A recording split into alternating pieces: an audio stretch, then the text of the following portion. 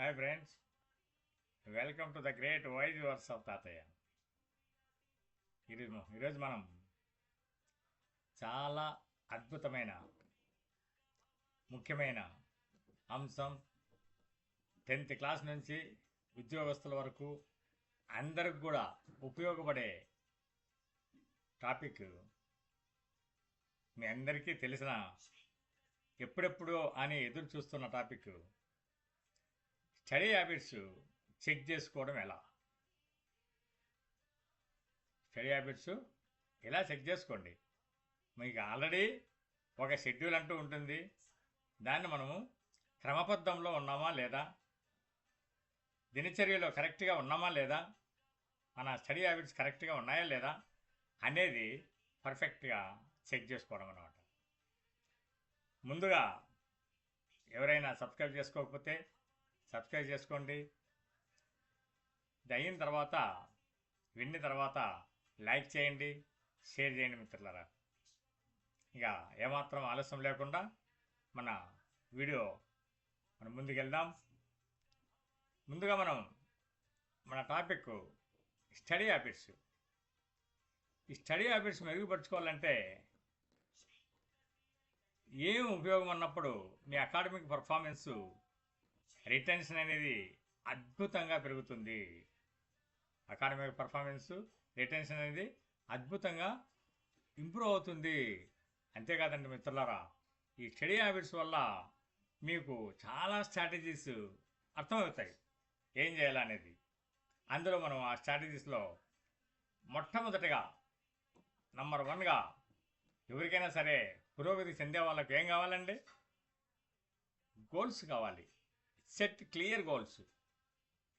Clear goals అంటే ఏమి? స్పెసిఫిక్గా, అంటే నిర్దిష్టంగా, క్లియర్గా ఉండాలి మన గోల్. మెజరబుల్గా ఉండాలి, కొలబద్ధంగా ఉండాలి.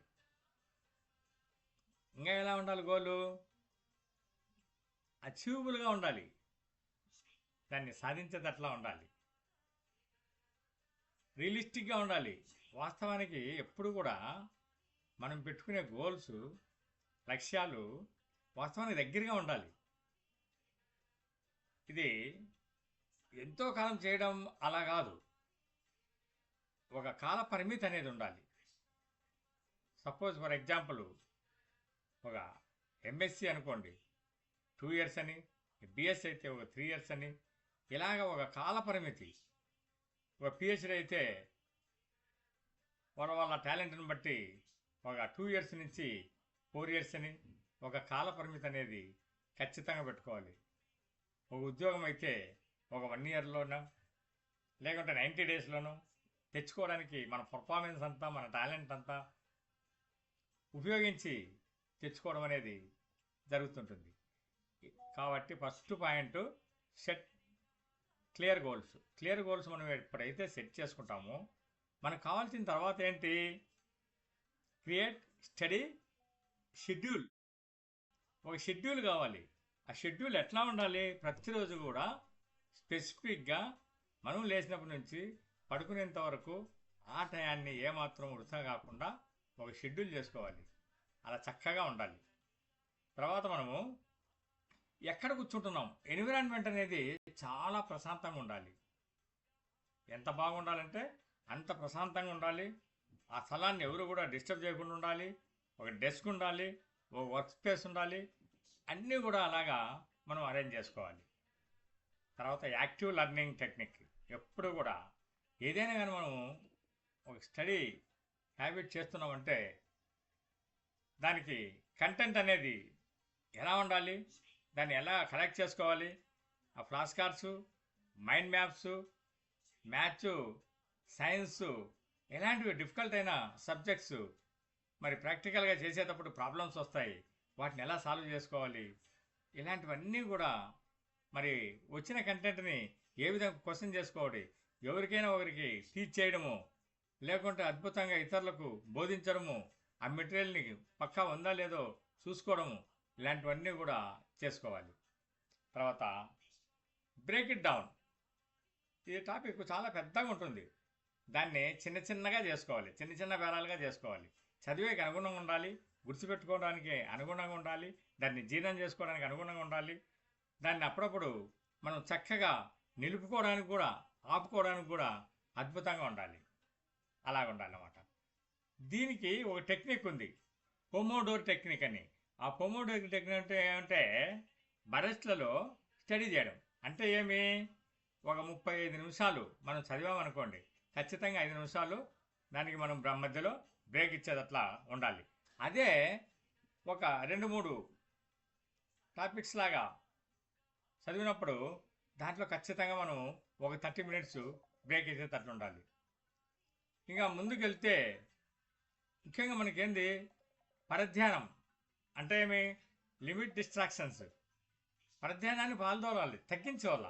అందుకని మనం ఎప్పుడు కూడా సైలెంట్గా ఉండే ప్లేసుల్లో చక్కగా ఉండాలి. వెబ్సైట్లు, బ్లాగర్లు అన్నీ కూడా మనం సిద్ధం చేసుకోవాలి. ఫోన్ మనం పక్కన పెట్టాలి, నిశ్శబ్దంగా ఉండాలి. నిశ్శబ్ద ప్లేసుల్లో మనం సెలెక్ట్ చేసుకోవాలి. అలాంటి ప్లేసుల్లో మాత్రమే పాసిబిలిటీ ఉంటుందండి చక్కగా. నెక్స్ట్ వచ్చి స్టే ఆర్గనైజ్డ్.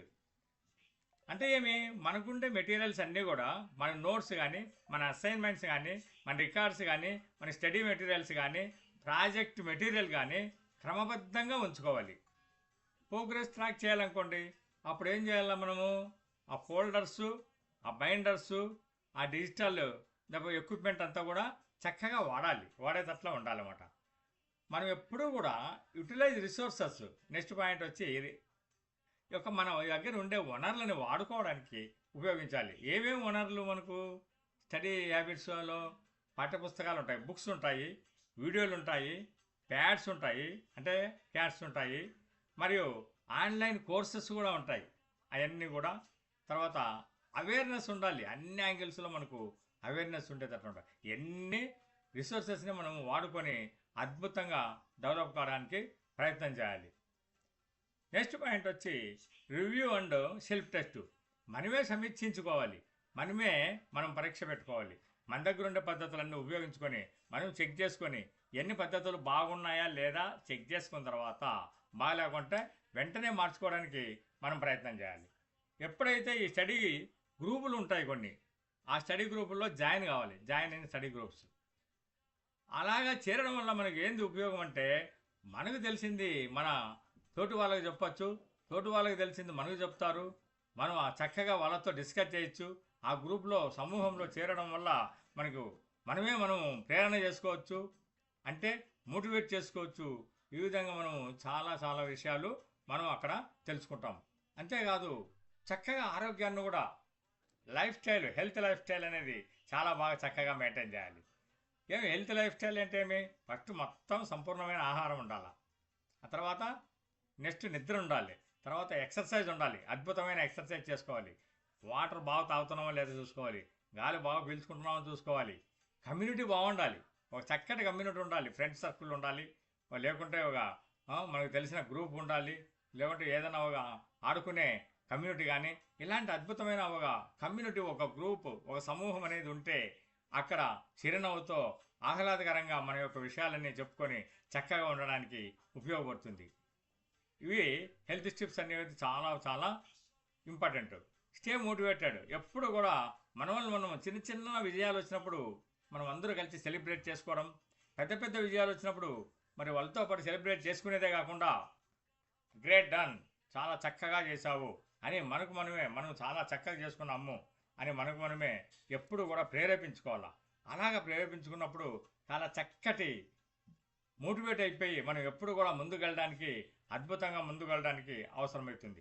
అంతేకాదండి, ముఖ్యం అవసరమైనప్పుడు ఎప్పుడూ కూడా మనం ఏదైనా చదువుతున్నప్పుడు మనకి ఏదైనా హెల్ప్ అవసరమైతే, ఏదైనా అర్థం కాకపోతే, క్లిష్టమైన పరిస్థితులు ఎదురైనప్పుడు వాటిని మనం ఎదుర్కోవడానికి మనం ఒక టీచర్స్ని కానీ, ఒక లెక్చరర్స్ని కానీ, ఒక మెంటర్స్ని కానీ, మనకు తెలిసిన వాళ్ళని కానీ, మన పేరెంట్స్ని కానీ అడగడంలో సందేహించకూడదు. చక్కగా అడగాలి. వాళ్ళ ద్వారా మనం అన్ని విషయాలు తెలుసుకోవాలి. ఇలా తెలుసుకున్న తర్వాత వాటిని మనము పరిపూర్ణంగా ఉపయోగించుకుంటే అద్భుతంగా ఈ స్టడీ హ్యాబిట్స్ అనేది సక్సెస్ అవుతాయి. కాబట్టి ముగింపులో మరొక్కసారి నేను చెప్తున్నానంటే, ఎల్లప్పుడూ కూడా మనం ఉత్సాహంగా ఉండాలి, యాక్టివ్గా ఉండాలి, మన యొక్క అభివృద్ధిని ఎప్పుడు కూడా కోరుకుంటూ ఉండాలి, అనుక్షణము వర్తమానంలో ఉండాలి, ప్రజెంట్ టెన్స్లో ఉండాలి. ఎప్పుడు కూడా పాస్ట్ టెన్స్లో కానీ ఫ్యూచర్లో కానీ ఉండడం వద్దు. అనుక్షణము వర్తమానంలో ఉంటూ మనం ముందుకెళ్ళినట్లయితే మనల్ని మనం మోటివేట్ చేసుకుంటూ ఈ యొక్క స్ట్రాటజీస్ అన్నీ కూడా చక్కగా మనము ఉపయోగించుకున్నట్లయితే ఈ స్ట్రాటజీస్ అభివృద్ధి అనేది ఆటోమేటిక్గా మన డెవలప్మెంట్ అనేది స్టడీ హ్యాబిట్స్ ప్రోగ్రెస్ అనేది అకాడమిక్ ఇయర్లో మనకు పర్ఫార్మెన్స్ అనేది అద్భుతంగా పెరుగుతుంది, అది గణనీయంగా పెరుగుతుంది. దానివల్ల మనము చక్కటి జీవితాన్ని సాగడానికి వెళ్ళడానికి మనం చక్కటి ఉద్యోగాలు సంపాదించుకోవచ్చు, చక్కటి పొజిషన్లో ఉండొచ్చు. ఈ విధంగా ఉండాలని మరొక్కసారి మీ అందరికీ తెలుపుతూ ఈ యొక్క స్టడీ హ్యాబిట్స్ మీకు చక్కగా ఉపయోగపడతాయని మరొకసారి అన్నీ కూడా పేపర్ పెన్ను పెట్టుకొని రాసుకొని అవి ప్రాక్టీస్ చేస్తూ ఒక చార్ట్ లాగా తయారు చేసుకొని మీకు ఎదురుగా కానీ మీరు ఎక్కడెక్కడైతే కూర్చుంటారో చదువుకుంటారో అక్కడల్లా పెట్టుకొని చక్కగా అభివృద్ధి చేసుకోవాలని కోరుకుంటూ ఇంతతో ముగిస్తున్నాను. అందరూ కూడా సబ్స్క్రైబ్ చేయండి, లైక్ చేయండి, షేర్ చేయండి మిత్రులారా. Thank you so much.